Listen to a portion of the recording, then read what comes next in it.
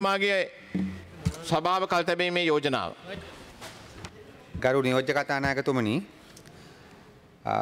අද දින සභාව කල්තබන අවස්ථාවේ ඉදිරිපත් කරනු ලබන යෝජනාව ලෝක බලවතුන් අතර පවතින වෙළඳ යුද හා දේශපාලන තරගය නිසාත් 2019 අප්‍රේල් මාස 21 වෙනි දින සිදු වූ ප්‍රහාරය නිසාත් රට තුළ ඇති වූ අනාරක්ෂිත තත්ත්වයත් එම ප්‍රහාරය ජාත්‍යන්තර ත්‍රස්තවාදී සංවිධාන සමග ඇති සම්බන්ධතාවයත් යොදා ගනිමින් හා හුවා දක්වමින් අප රටේ සෛරීත්වයට හා මහජන ආරක්ෂාවට දිගුකාලීනව හානි විය හැකි මට්ටමින් යම් යම් විදේශ රාජ්‍යයන් හා සමහර ජාත්‍යන්තර ආයතන රට තුළ ක්‍රියාත්මක වන බවට දැනට විවිධ පාර්ශවයන් මගින් හෙළිදරව් කර තිබේ.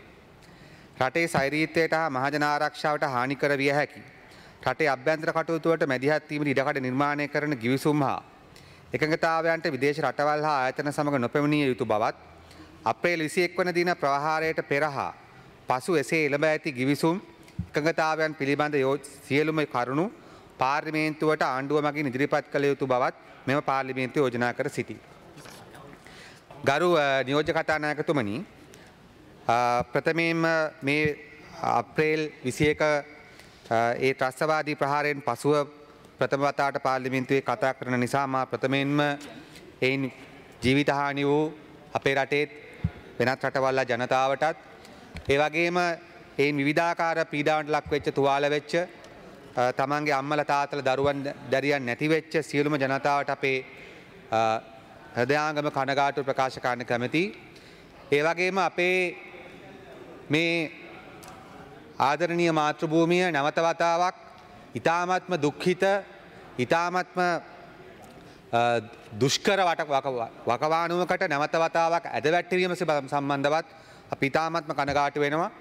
ඒ වගේම අප විසින් ඉදිරිපත් කර තිබෙන විශ්වාස භංගයේ සඳහන් කළ තිබෙන පරිදි මේ අන්තවාදී ත්‍රස්තවාදී ප්‍රහාරය වළක්වා ගැනීමට ඇතිතරම් ඉඩකඩ රට ජනාධිපතිවරයාට තිබියදී, ආරක්ෂක රාජ්‍ය ඇමතිවරයාට තිබියදී, අගමැතිවරයාට තිබියදී, කැබිනට් මණ්ඩලයට තිබියදී, ආරක්ෂක ප්‍රධානීන්ට තිබියදී ඒ වළක්වා නොගෙන මේ මහා විශාල ජීවිත හානියට වගකීමක් මේ ආණ්ඩුව ගත යුතුයි කියන එකත්, ඒ සමහර ආරක්ෂක ප්‍රධානීන් ගත යුතුයි කියන එකත්, ඒ වගේ මේ ප්‍රහාරයටත් වඩා අපි රටක් වශයෙන් අන්ත පහළ මට්ටමට වට්ටලා ඒ වගේම හැම පැත්තකම අන්ත ජාතිවාදය රටේ මුදුනටම ගේන්න මේක ඉඩහැරීම පිළිබඳව ඒ දේශපාලන පාපය මං හිතනවා මේ ආණ්ඩුවට කවදාවත් ගැලවෙන්න බෑ කියලා.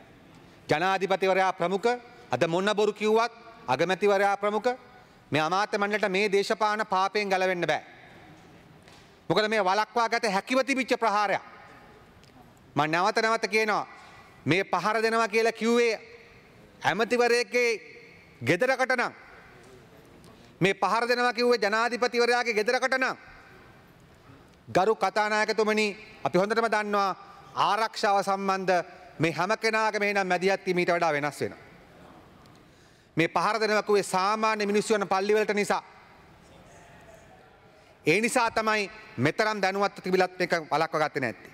දැන් ඒ නිසා අපි අද විවාද කරන මාතෘකාවට ආවොත් කල්තබීම විවාදෙදී අද වෙලා තිබෙන්නේ මොකද්ද ගරු කතානායකතුමනි? මේ මරාගෙන මැරෙන මිනිමරු ප්‍රහාරයෙන් පස්සේ රට තුළ ඇති වෙලා තිබෙන බරපතල අනාරක්ෂිතභාවය, අස්ථාවරභාවය මාසකට වැඩි කාලයක් තිස්සේ ගමන් කරමින් තිබෙනවා. දැන් ඒ භාවිතා කරමින් එක පැත්තකින් අන්තවාදී ජාතිවාදී දේශපාලන ආගමික කණ්ඩායම් එය ඉහගෙන කන්න හදනවා. ඒ වගේම සමහර ව්‍යාපාරික කණ්ඩායම් මේ ගොඩනැගී තිබෙන ජාතිවාදී අන්තවාදී තත්ත්වය, අනාරක්ෂිත භාවය තමන්ගේ ව්‍යාපාර සාර්ථක කරගන්න පාවිච්චි කරමින් ඉන්නවා. ඒ වගේම සමහර වෘත්තිකයෝ මේ ගොඩනැගී තිබෙන තත්ත්වය තමන්ගේ වෘත්තිය ශක්තිමත් කරගන්න යොදා ගනිමින් ඉන්නවා. ඒ නිසා මම නම් කරු කතානායකතුමනි, අද මේ ජාතිවාදී අන්තවාදී ප්‍රහාරයෙන් පස්සේ දේශපාලන වාසි ගන්න හදන්නේ දේශපාලනඥයෝ පමණක් කියන තැනට සීමා වෙන්නේ නැහැ. විශේෂයෙන්ම මේ ජාතිවාදයෙන් පෝෂණය ලබන දේශපාලනයක් තිබෙනවා. ඒක මේ බෝම්බ වලින් පටන් ගත්ත එකක් නෙමෙයි. නමුත් මේ බෝම්බ වලින් පස්සේ ඉතා පැහැදිලිව අපිට පේනවා ජනමාධ්‍ය ආයතන මේ ජාතිවාදයෙන් තමන්ගේ රේටින්ග්ස් වැඩි කරගන්න. ව්‍යාපාරිකයෝ මේ ජාතිවාදයේ මේ අන්තවාදී ප්‍රහාරයෙන් පස්සේ තමන්ගේ ව්‍යාපාර ශක්තිමත් කරගන්න කටයුතු කරමින් ඉන්නේ. ඒ වගේම තමයි ගරු කතානායකතුමනි මේ ප්‍රහාරය පාවිච්චි කළා විදේශීය රාජ්‍යයන් විශේෂයෙන් එක්සත් ජනපදයේ ඇතුළු අධිරාජ්‍යවාදී රටවල් කලාපීය බලවතුන් සහ ජාත්‍යන්තර සංවිධාන අපේ රට තුළ මේ අපේ රට පත්වලා තිබෙන මේ බලවත් අනාරක්ෂිත අසරණභාවය පාවිච්චි කරමින් රටට ඉතා දැඩිව මැදිහත් වීමට පටන් අරන් තිබෙනවා. ඔබතුමා දන්නවා ගරු කතානායකතුමනි අග්‍රාමාත්‍යවරයා මේ පාර්ලිමේන්තුවට කිව්වා අපි දැක්ක විවිධ ඇමතුරු කියනවා මේ වන විට ප්‍රහාරයෙන් දිනකට දෙකකට පසු වෙනකොටම ආරක්ෂක කටයුතු සම්බන්ධව මේ ප්‍රහාරය සම්බන්ධ කටයුතු සඳහා පරීක්ෂණවලට විදේශ රාජ්‍යයන් 8කින් විවිධාකාර ආරක්ෂක නිලධාරීන් විශේෂඥයන් පැමිණ සිටින බව. එසා මා ආරක්ෂක රාජ්‍ය ඇමතුමාගෙන් දැනගන්න කැමතියි ඔබතුමාගේ පිළිතුරු කතාවේදී ඒ රාජ්‍යයන් මොනවද? කොපමණ නිලධාරීන් ප්‍රමාණයක් ඇවිල්ලා ඉන්නවද? ඔවුන් කොපමණ කාලයක් මෙහි කටයුතු කරනවද? ඔවුන්ට ආරාධනා කළේ ජනාධිපතිද? ආරක්ෂක රාජ්‍ය ඇමතිතුමා වශයෙන් ඔබතුමාද? නැත්නම් අගමැතිද? කැබිනට් මණ්ඩලයේ තීන්දුවක් ගත්ත දේ සම්බන්ධව සහ දැනට ඔවුන් විසින් සපයා දී තිබෙන විශේෂ සේවාවන් මොනවද කියන්නේ? මොකද අපි හොඳාකාරම දන්නවා ලෝකේ රටවල් අතර විවිධ දේශපාලන ආර්ථික යුද්ධමය ගනුදෙනු තිබෙනවා. ඒ කියන්නේ විවාදයක් නැහැ. ඒ සමස්තය ප්‍රතික්ෂේප කරලා ලෝකේ රටවල් ඇත්තෙත් නැහැ. නමුත් ගරු කතානායකතුමනි අපි හරියටම මීට පෙබරවාරි මාස 22 වෙනිදා මම මේ පාර්ලිමේන්තුවේ කල්තැබීම් විවාදයක් ඉදිරිපත් කරා. ඒක තමයි ලංකාව අපේ රට විශේෂයෙන් එක්සත් ජනපදයක් සමග විවිධාකාර ආරක්ෂක ගිවිසුම් වලට යමින් තිබෙනමය.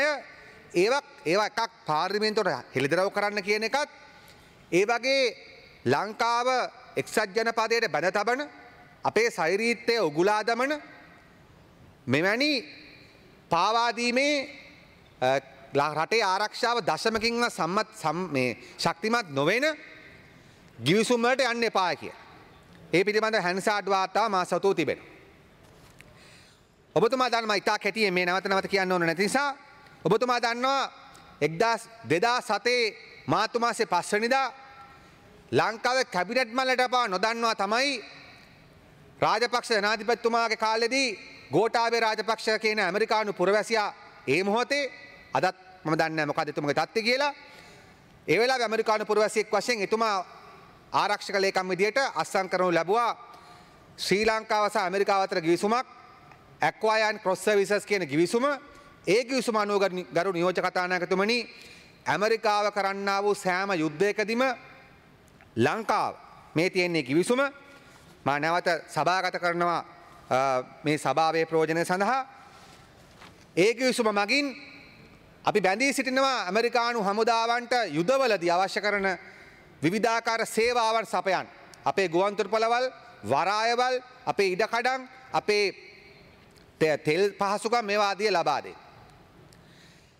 ඒ ගිවිසුම හොරෙන් අත්සන් කළා. අපි මාස 6ක් මේ පාර්ලිමේන්තුවේ කෑ ගහලා තමයි ගරු සභාපතිතුමනි එවකට පවතිච්ච රාජපක්ෂ ආණ්ඩුවෙන් ගිවිසුමේ පිටපතේ කොටසක් ඉල්ලගත්තේ. ඔක්කොම දුන්නේ නැහැ වෙලාවේ.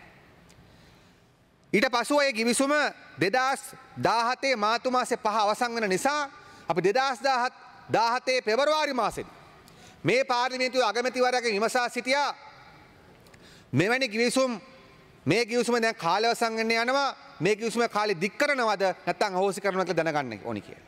අගමැතිතුමා කිව්වා එහෙම සාකච්ඡාවක් නැහැ. එහෙම කරනව නම් පාර්ලිමේන්තුවට කියනවා කියලා. නමුත් ගරු කතානායකතුමනි අපි අවස්ථා කීපයකදී ඊට පස්සෙ ඇහුවා ආණ්ඩුව කිව්වා එහෙම දෙයක් ගැන දන්නේ නැහැ කියලා.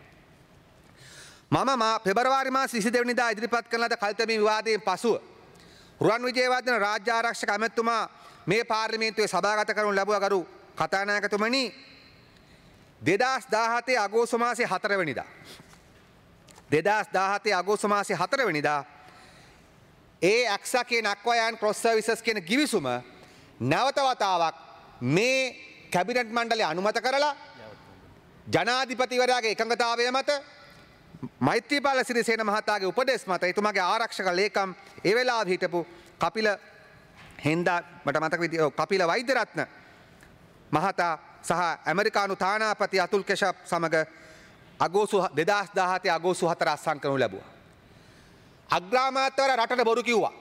අද දේශප්‍රේමයේ සලු පැලඳගෙන විවිධාකාර නන්නත්තර ප්‍රකාශ කරන ජනාධිපතිවරයා රටට හොරෙන් තමන්ගේ ආරක්ෂක ලේකම් ලව්වා මේ පාවා දීමේ ගිවිසුමට ලංකාව අත්සන් කරනු ලැබුවා. කොපමණ කාලයකද ගරු කතානායකතුමා? ගෝඨාභය රාජපක්ෂ උන්නහේ එක අත්සන් කළේ ඇමරිකානු පුරවැසියෙක් වශයෙන් අවුරුදු 10කට. මෛත්‍රීපාල සිරිසේනත් රනිල් වික්‍රමසිංහ මහතා ඇතුළු මේ කැබිනට් මණ්ඩලය මේක අත්සන් කළා කොච්චර කාලයකටද? සදාකාලිකව ඔබතුමා ඉදිරිපත් කරපු ගිවිසුම එක සඳහන් කරලා තිබෙනවා ඇක්සා ගිවිසුමට සදාකාලිකව බැඳලා තියෙන දිනවකවානුවක් නැහැ ඉවර වෙන්න. ඔබතුමා දන්නවා බලගතු රාජ්‍යයන් සමග කොන්දේසි රහිත ගිවිසුම් වලට ගියාම මොකද වෙන්නේ? ඒවා ඊළඟට පත් වෙන ආණ්ඩුවකටවත් අයින් කරගන්න බෑ. අදත් අපි අකමැති වුණත් අපි පිළිගන්න වෙනවා ඇමරිකාව තමයි ලෝකේ දැනට තියෙන ශක්තිමත්ම යුද්ධ බලය.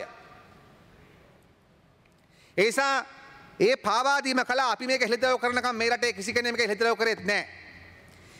මං එදාම කරු ඇමතුමාගෙන් අහුවා මගේ කතාවේදී මං ඉදිරිපත් කරා මේ කිවිසුමට අමතරව ලංකාව අත්සන් කරන්න යනවාද ඇමරිකාව සමග සෝෆා කියලා ස්ටේටස් ඔෆ් ෆෝසස් ඇග්‍රීමන්ට් කියන තවත් ආරක්ෂක කිවිසුමක්. ගරු කතානායකතුමනි එදා මට දුන්න උත්තරේ තමයි එහෙම කිවිසුමක් නැහැ ඒක ගැන දන්නේ නැහැ කියන එක.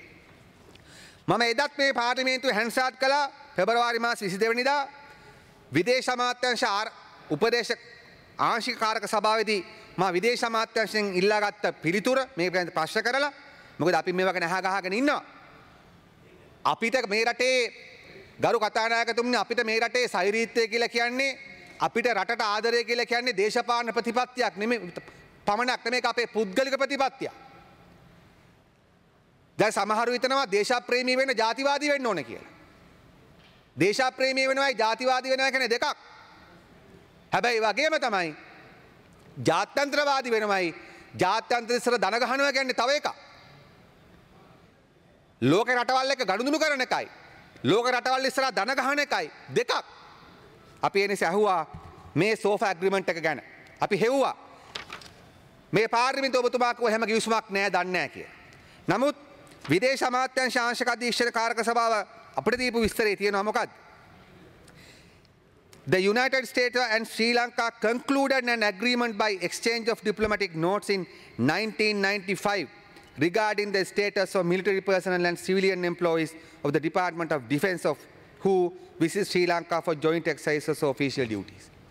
ගරු සභාපතිතුමනි 1995 මැයි 16 තමයි ලංකාව අත්සන් කළා තියෙන්නේ මේ සෝෆා කියන ගිවිසුම. චන්ද්‍රික බණ්ඩාරනායක මහින්ද රාජපක්ෂ ආණ්ඩුව යටතේ.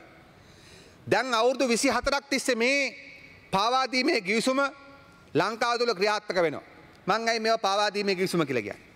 මම පාවා දීමේ ගිවිසුම කියලා කියන්නේ මේ ගිවිසුමක් කියන්නේ දෙපැත්තක් තියෙනවා. ගිවිසුමක දෙපැත්තක් බැඳුනම දෙපැත්තටම අයිතිවාසිකම් තිබෙනවා. නමුත් මේ සෝෆා කියන ගිවිසුම් වලින් බලය ලැබෙන්නේ කරු කතානායකතුමනි ඇමරිකානු හමුදාවන්ට පමණයි. මා නැවත මගේ කතාව රිපීට් කරන්නේ නැහැ. එදා මම කරපු. එදා මම හෙන්නා දුන්නා 95 චන්ද්‍රිකා බණ්ඩාරනායක මැතිණියගේ කාලේ අත්සන් කරපු මේ සෛරීත්වයේ බිලිදීමේ යුද ගිවිසුම අලුත් කරන්න කියලා. ඇමරිකා එක්සත් ජනපදයේ තානාපති කාර්යාලය ඔබතුමාලට 2018 අගෝස්තු 28 හෝ ඊට කලින් දිනයක ඔබතුමාලට එපු ගිවිසුමේ පිටපතක් මා මේ පාර්ලිමේන්තුවේ හැන්සාට් කරා එදා අද සභාගත කරනවා. එමගින් ඔවුන් ඉල්ලා සිටියා ගරු සභාපතිතුමනි මම එකින් එකට එදා කිව්වා මම මේව නැවත කියන්නේ. ඔවුන් ඉල්ලා සිටියා මොකද්ද? ඔවුන් ඉල්ලා සිටියා මොකක්වත් නෙමෙයි ඇමරිකානු හමුදාපටයන්ට ඇමරිකානු නිලධාරීන්ට ඇමරිකානු යුද දෙපාර්තමේන්තුවට සේවා සපයන කොන්ත්‍රාත්කරුවන්ට ලංකාව තුළ රාජතාන්ත්‍රික වරප්‍රසාද ලබා දෙන්න කියලත් වියානා ගිවිසුම අනුව දෙක ඇමරිකානු හමුදාවට එහි නිලධාරීන්ට එහි කොන්ත්‍රාත්කරුවන්ටත් ලංකාව තුළ බල ක්‍රියාත්මක වීමේදී ලංකාවේ නීතිය නෙමෙයි ඇමරිකානු නීතිය ක්‍රියාත්මක වන විදියට අවසර ලබා දෙන්න කියලත් කිසිදු පරීක්ෂාවකින් තොරව ඇමරිකානු හමුදාවේ නැව්වලට ගුවන් යානාවට ලංකාවට එන්නත් යන්නත් අවසර දෙන ලෙසත් ඇමරිකානු හමුදාවට සහ සිවිල් නිලධාරීන්ට පුද්ගලයන්ට තමන්ගේ හැඳුනුම් පතෙන් පාස්පෝර්ට් එකෙන් නෙමෙයි වීසා වලින් නෙමෙයි තමන්ගේ හැඳුනුම් පතෙන් ලංකාවට යෑමීම් කිරීමේ අවසර දෙන ලෙසත් ලංකාවට එන ඇමරිකානු හමුදාවට සහ ඒ සිවිල් පුද්ගලයන්ගේ කිසිදු දෙයක් ලංකාවට ගේන දෙයක් ලංකාවෙන් ගෙනියන කිසිම දෙයක් මේ ගිවිසුමේ තියෙන කරු කතානායකතුමනි මම කියන්නේ මෙහෙම ලියුමක් ලංකාවේ ආණ්ඩුවට එව්වට පස්සේ තානාපති ගෙන කැඳවලා ඇත්තටම ප්‍රශ්න කළ එලවන්න ඕනේ. තමුසලාගේ වත්ත කියලා හිතන්න මෙහෙම කිවිසුම් අපිට එවන්නේ කියලා අහන්න. එහෙම කොන්ද තියෙන ආණ්ඩුව අපිට 95 තිබිලත් නැහැ දැනුත් නැහැ. දැන් මෙහෙම ලියුමක් අපි ඇමරිකාවට නෙමෙයි වෙන රටකට යවුවොත් මොකද වෙන්නේ? මම අහන්න කැමති ආරක්ෂක රාජ්‍ය ඇමතුමාගේ උත්තරේ. අපි යවුවොත් යම්කිසි රටකට ලියුමක් අන්දමන් දූපතර කියලා හිතන්නකෝ. අපිට වඩා පුංචි රටක් තෝරගන්නවා. අපි මාධ්‍යවලට මෙහෙම ලියුමක් යවුවොත් මොකද්ද වෙන්නේ කරුවා මැතිතුමනි? මේක රටක නේෂන් එක ගරුත්වය බල්ලට දාලා ලියන්න පුළුවන් ගිවිසුමක් මේක. මේක චන්ද්‍රිකා මණ්ඩාරනායක නෝන එක දවසෙන් අස්සම් කරලා යවලා තියෙනවා. 95 එක දවසෙන්. දැන් ඔබතුමාට වෙලා තියෙන අගෝස්තු මාසේ 28 වෙනිදා කරු ඇමැතුමනි ඒක තව අප්ග්‍රේඩ් කරන්න කියලා. ඒ අප්ග්‍රේඩ් කරපු එකේ කොතරතුරු වලින් කොටසක් තමයි මම කිව්වේ. ඒ විතරක් නෙමෙයි ඇමරිකන් හමුදාවට අවශ්‍ය නම් පුළුවන් මේ ගිවිසුමෙන් පස්සේ ලංකාව තුල ආයුධ සහිතව යන්න ඉන්න පවා. මේක තියෙන මම එකක්වත් එක වචනයක්වත් වැඩි කළා කියන්නේ නැහැ. මට එහෙම පටු අරමුණක් නැහැ. ඒ වගේම උන්ගේ කිසිම දෙයක් කස්ටම්ස් වලින් කිසිම බද්දක් වුන් ලංකාවේ ගෙවන්න අවශ්‍ය නැහැ. මේ ගිවිසුමෙන් වුන් ඉල්ලනවා. ඒ විතරක් නෙමෙයි මේ බලන්න කරු සභාපතිතුමනි. The government of Sri Lanka recognizes that it may be necessary for the US armed forces to use the radio spectrum. The US Department of Defense shall be allowed to operate its own telecommunication systems. This shall include the right to utilize such means and services as required to ensure full ability to operate telecommunication system. Use of the radio spectrum shall be free of cost to the US government. දැන්ගරු සභාපති කතානායකතුමනි දැන් අපි බාබඩෝස්ද අපි ඇමරිකාවේ ඊළඟ ප්‍රාන්තයක්ද මෙහෙම ලියුමක් එවන්න ඇමරිකානු තානාපතිට කොන්දක් එන්නේ කොහෙන්ද මේ අවුරුදු 30 40ක් තිස්සේ දීනභාවයේ පතුරටම අපේ රට ඇදලා දාපු නිසා 2007 දී කැබිනට් එකට පාර්ලිමේන්තුවට හොරෙන් ඇමරිකානු පුරවැසියන් දෙදෙනෙක්ට පුළුවන් නම් ලංකාවේ ගිවිසුමක් අත්සන් කරන්න කියලා ඇමරිකාව දැනගත්තට පස්සේ ඊට වඩා දීනභාවයට පත් කරන ගිවිසුම උන්නේ වෙනවා. එහෙම තමයි. මොකද බෙල්ල නැව්වම කට්ටිය දන්නවා කොන්දෙනුත් නවලා දනිස්සනුත් නවලා ගන්න. අපි කවුරුත් දන්න එක්සත් ජාතික පක්ෂ ආණ්ඩුව දැඩි ඇමරිකානු ගැති පිළිවෙතක් අනුගමනය කරනවා කියන එක. ලෝක බලවත් රාජ්‍යයන් තමන්ගේ ශක්තිය පාවිච්චි කරලා අන්තරට වලට කරගන්න උත්සාහ කරන එක අපි දන්නවා. ඒක ලේසිත් නෑ බේරෙන්නේ. නමුත් මේ එහෙම නෙමෙයි. මේ තියෙන්නේ අත් දෙකම දික් කරලා එන්න ඇවිල්ලා මෙහෙ ඕන එකක් කරගන්න කියන ආරාධනය තමයි තියෙන්නේ. ඒ නිසා මම ඒකයි කිව්වේ මේ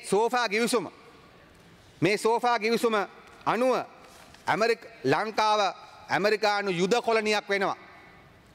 ඔබතුමා දන්නවා ළඟදී තිලක් මාරපන මහතා ඇමරිකාව ගියාට පස්සේ ඇසෝසියේටඩ් ප්‍රෙස් කියන ඇමරිකානු ප්‍රධාන ප්‍රවෘත්ති ජාලය වාර්තා කළා. ඒ සාකච්ඡාවලදී එක ප්‍රධාන කරුණක් බවට පත් වුණේ මේ ගිවිසුම කියලා. ඒ නිසා අපි ආණ්ඩුවට කියන්නේ ආණ්ඩුව එදා බොරු කිව්වා අපිට පාර්ලිමේන්තුවේ. මෙහෙම ගිවිසුමක් නෑ කිව්වා. හැබැයි ඇමරිකන් රාජ්‍ය දෙපාර්තමේන්තුවේ නිවේදනවල තියෙනවා මෙන්න මේවා සාකච්ඡා කරන්න බලාපොරොත්තු වෙනවා කියලා. අපි දැනගන්න කැමති ආණ්ඩුව කරපු සාකච්ඡා මොනවද සහ සහතිකයක් දෙනවද මේ 95 ගිවිසුම හරියට අවලංගු කළා දාන්න ඕන. මම නැවත කියන්නේ මේ ගිවිසුමට අනුව කිසිදු ඇමරිකානු සෙබලෙක් සිවිල් පුද්ගලයෙක් කොන්ත්‍රාත්කාරයෙක්වත් පරීක්ෂා කරන්න බෑ ලංකාවට. මම අහන්න කැමතියි ලංකාව ජනාධිපති යනවා හැම අවුරුද්දකම දෙපාරක් ඇමරිකාවට. නිව්යෝක් යනවා UN ඇසෙම්බලි එකට. මම දැනගන්න කැමතියි කරු කතානායකතුමනි ලංකාවේ රාජ්‍ය නායකගේ බඩු පරීක්ෂා කරන්නේ නැද්ද ඇමරිකන් පරීක්ෂණ අංශවලින්? ලංකාවේ ජනාධිපතිට පුළුවන් ද මම මෛත්‍රීපාල සිරිසේන කියලා ඩෙන්ටි කාඩ් එක දීලා ඇමරිකාවට යන්න? ප්ලේන් එකට බෝඩ් කරන්නේ නැහැ. හැබැයි ඇමරිකාවේ ඕන තක්කඩි කොන්ත්‍රාත්කාරයෙක්ට රුවන් විජේවර්ධන මැතිතුමනි ඔබතුමාට ඉදිරිපත් කරපු ලියවිල්ල අනුව මම කියන්නේ ඔබතුමා ගිහිල්ලා මේක බාර දෙන්න තිබුණා. ඔබතුමා හරි ඔබතුමාගේ ඇමතුමා මෛත්‍රීපාල සිරිසේන හරි මෙහෙම සෛරීත්‍යය හෙලා දකින්න තුට්ටු දෙක එළියවිලි එවන්න එපා කියලා. අපි ලැජ්ජ වෙනවා ඔබතුමාලගේ ආණ්ඩුව ගැන. ඔබතුමාලා අපිට මේක වහසන් කළා, නෑ කිව්වා, බොරු කිව්වා, අදත් කියලා නෑ හරියට. ඒ නිසා තමයි අපි මේ ප්‍රශ්නේ මතු කරන්නේ.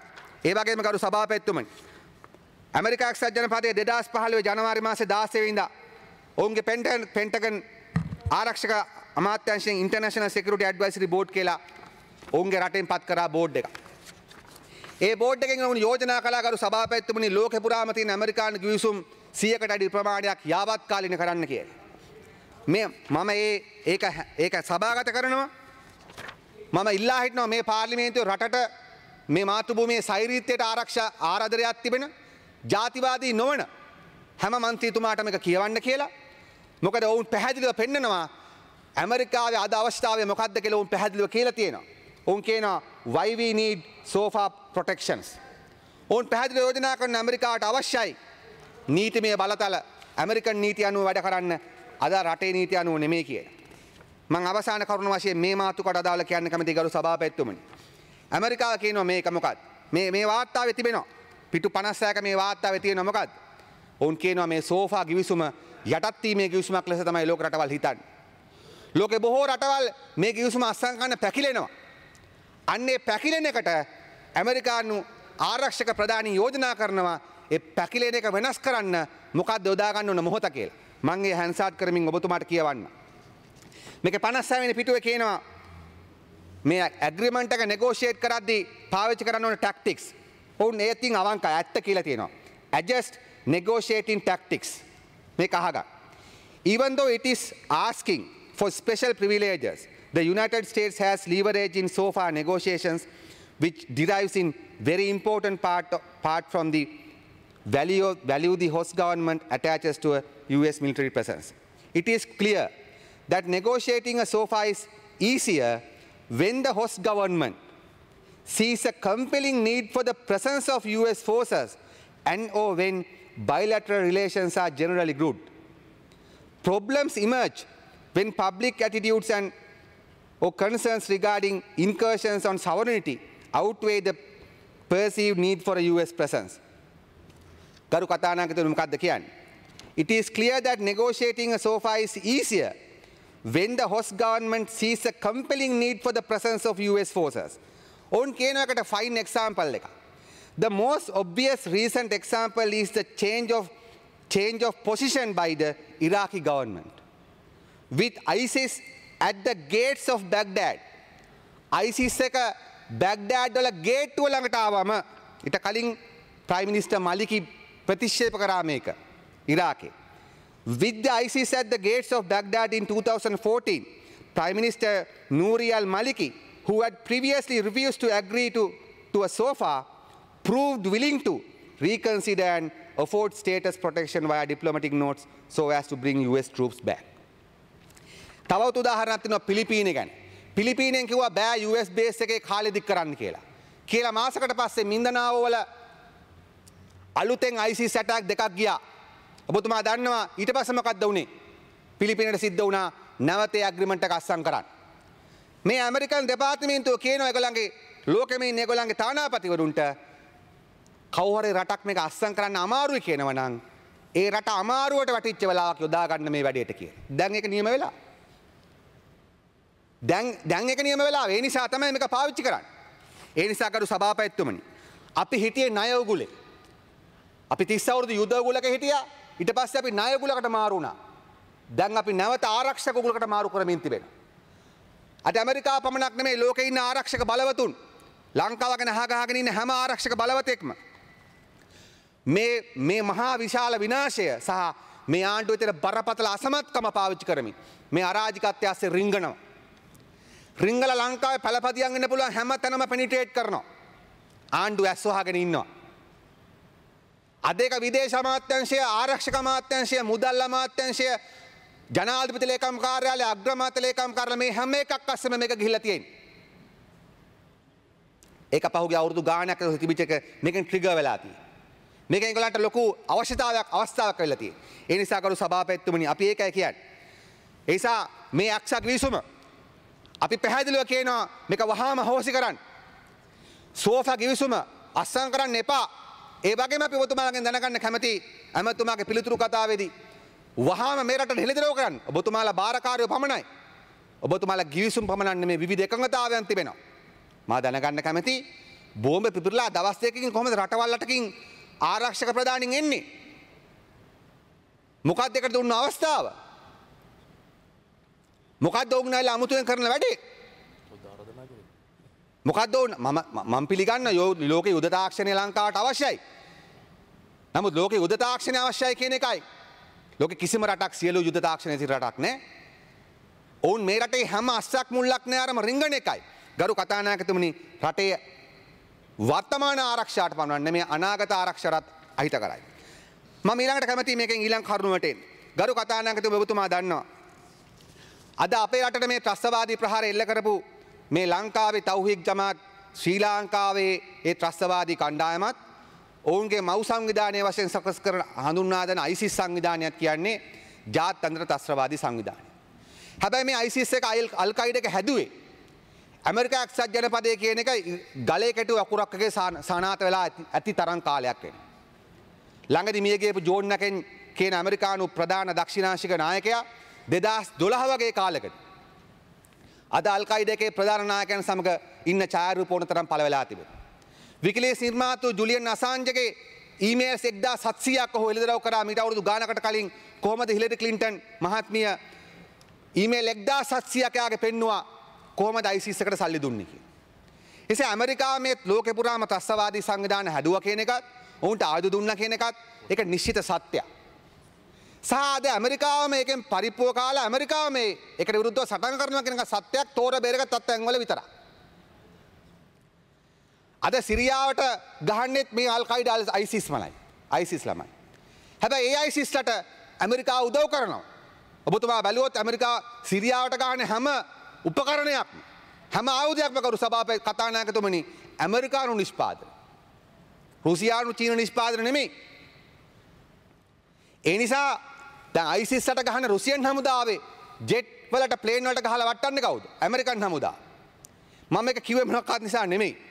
දැන් ලෝකේ ත්‍රස්තවාදය හදලා තමන්ගේ දේශපාලනය වෙනුවෙන් ඒ ත්‍රස්තවාදය පාවිච්චි කරන එක්සත් ජනපදයම තමුන්නාසලා ඒ FBI එක ගෙන්නනවා ලංකාවේ මේ ත්‍රස්තවාදී උදුර මර්ධනය කරා.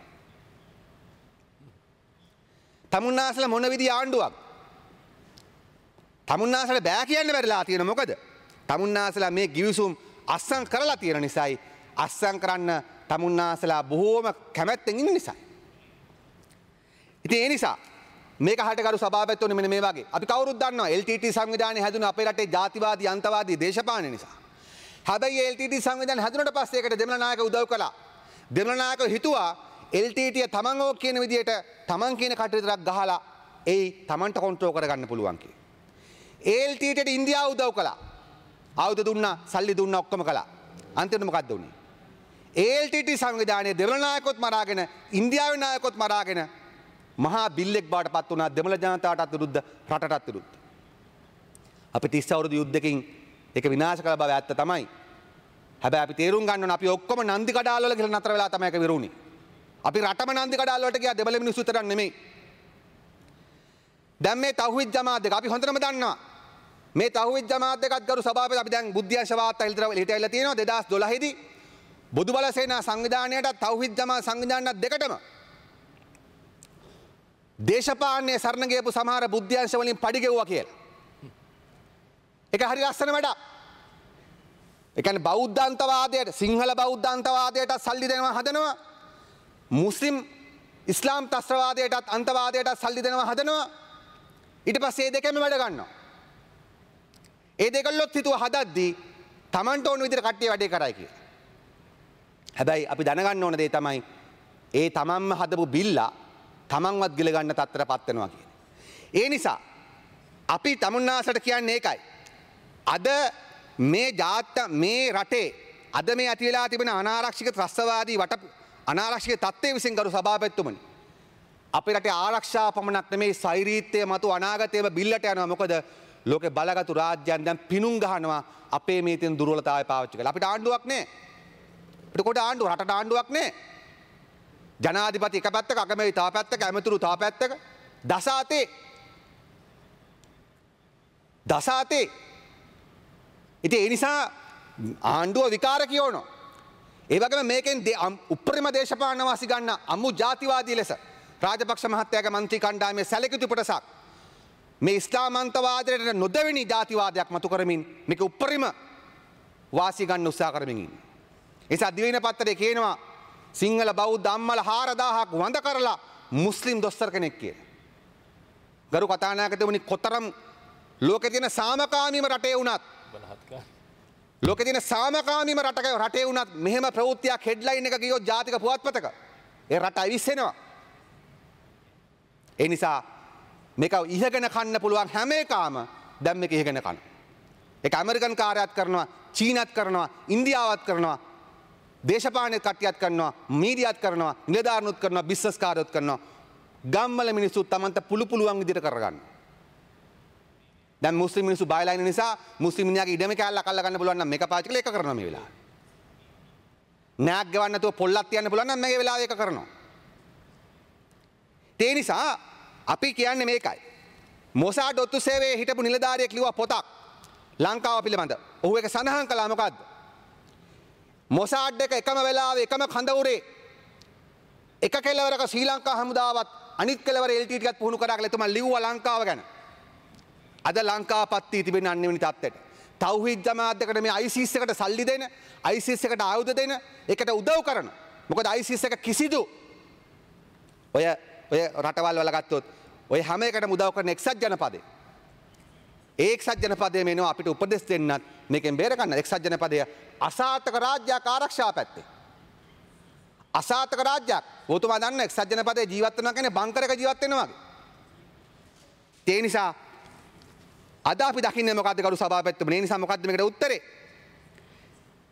එකක් තමයි දැන් අපේ රටට මීට කලින් විදේශීය රාජ්‍යයන් අධිරාජ්‍යවාදී රටවල් අපේ රට ඇතුළු වුණේ කරු සභාපති කතානායකතුමනි අපේ රට තිබිච්ච ජාතිවාදී අන්තවාදී නිසා ඇතිවෙච්ච බෙදුම්වාදය පාවිච්චි කරගෙන. LTT බෙදුම්වාදය පාවිච්චි කළා තමයි ඉන්දියාව, ඇමරිකාව, විදේශීය රටවල් ලංකාවට ඇතුළු වුණේ.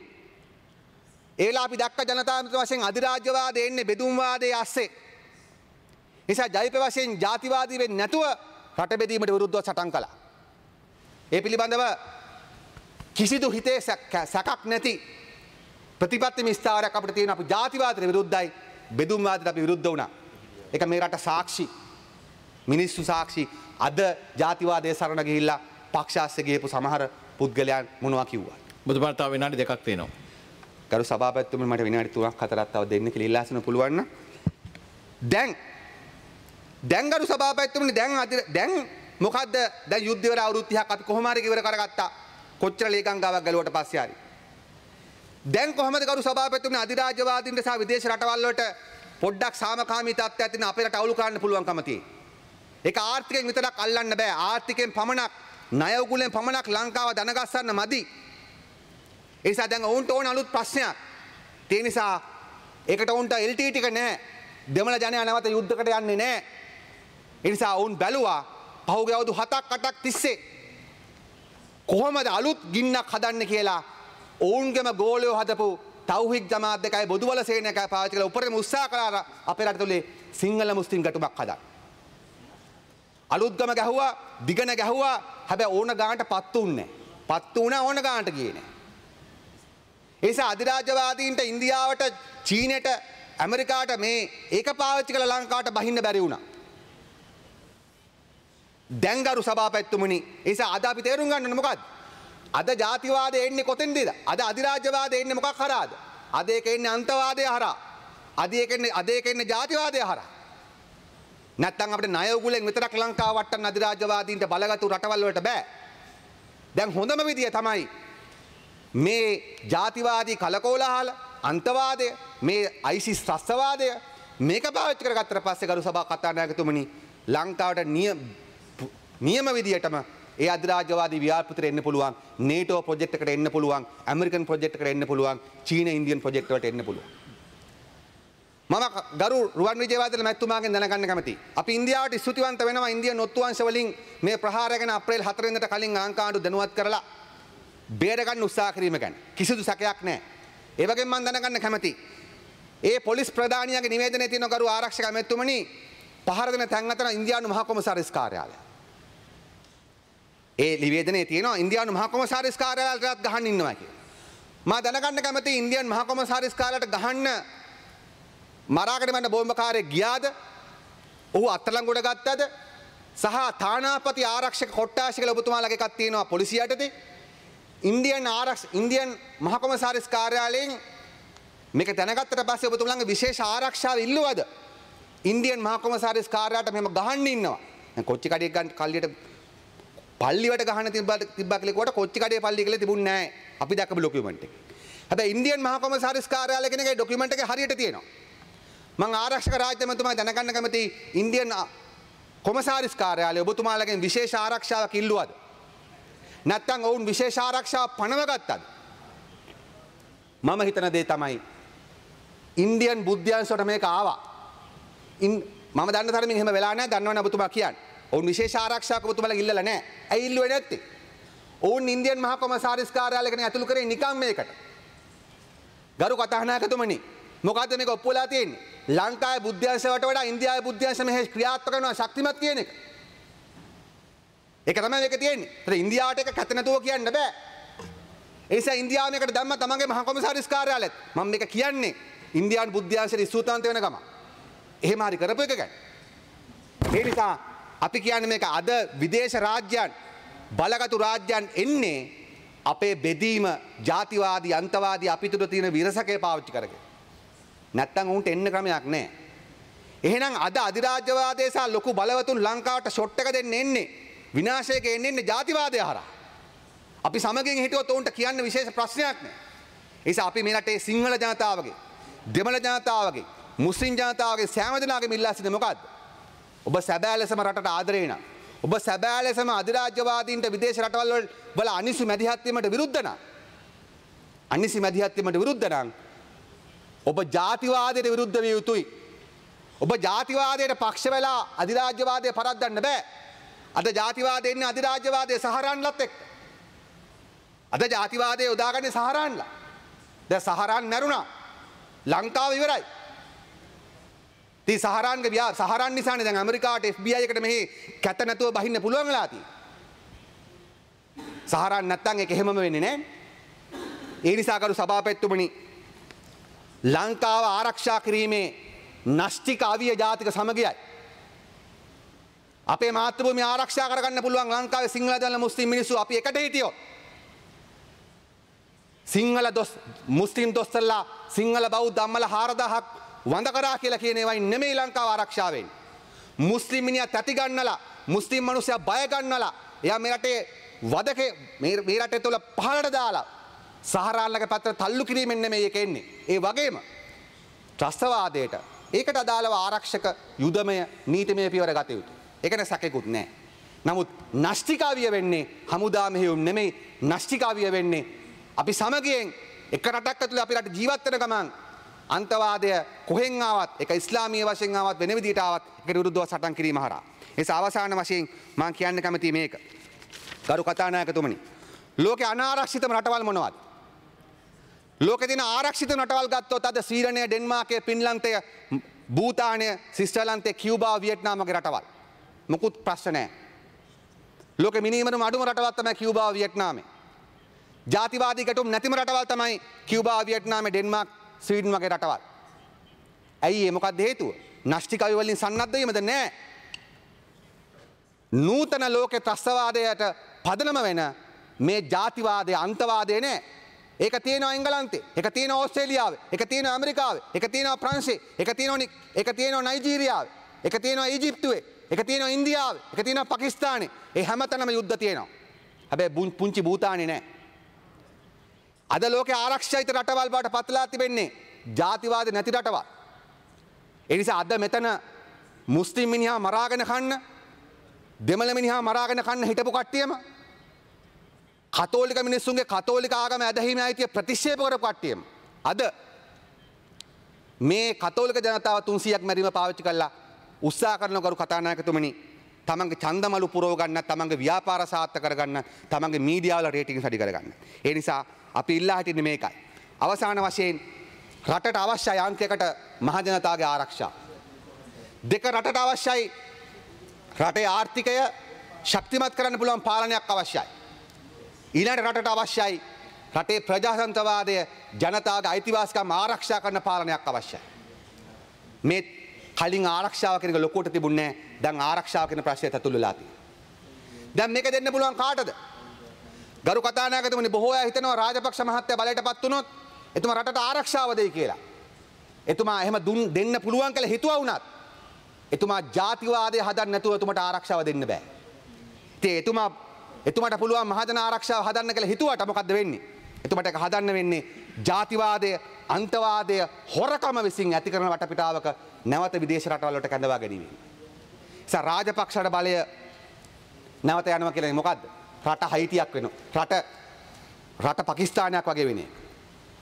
දැන් වර්තමාන ආණ්ඩුව ඔබතුමාලට ආරක්ෂාව හදන්නත් බෑ. රටේ යහපාලනයක් ආර්ථිකයක් හදන්නත් බෑ. ඔබතුමාලට ජාතික සමගිය හදන්නත් බෑ. ඉතින් ඔබතුමාලා බලේ ඉන්නවා කියලා කියන්නේ මොකක්ද?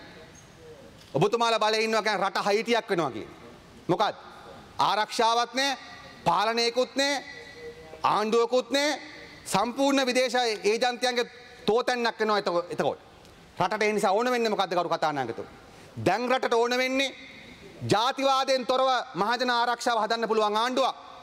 හොරකමින් තොරව, දූෂණයෙන් තොරව රටේ ආර්ථික හදන්න පුළුවන් ආණ්ඩුවක්.